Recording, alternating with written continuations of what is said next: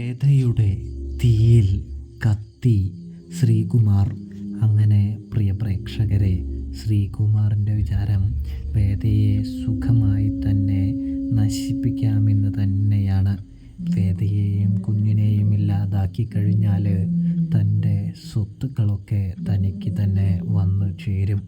പിന്നെ ഒരു പ്രശ്നമോ കാര്യങ്ങളോ ഒന്നും തന്നെ ഉണ്ടാകില്ല എന്ന് ശ്രീകുമാർ തിരിച്ചറിയുന്നുണ്ട്. ഇവിടെ വേദയാണെങ്കിൽ കളക്ടറായ വിവരമൊന്നും ശ്രീകുമാർ അറിയുന്നില്ല എന്ന് കാണാം.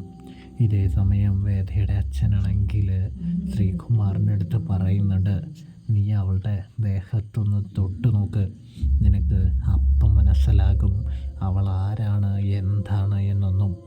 എൻ്റെ മകളെ നിനക്ക് തൊടാൻ പോലും കഴിയില്ല എന്ന് നമ്മുടെ വേദയുടെ അച്ഛൻ ജഡ്ജി പറയുന്നൊരു കാഴ്ച കാണാൻ കഴിയുന്നുണ്ട്. ഇവിടെ ക്രിമിനലുകളെയെല്ലാം വേദ വെട്ടി ഒതുക്കുകയാണ് എന്ന് കാണാനായിട്ട് കഴിയുന്നുണ്ട്, സാധിക്കുന്നുണ്ട്.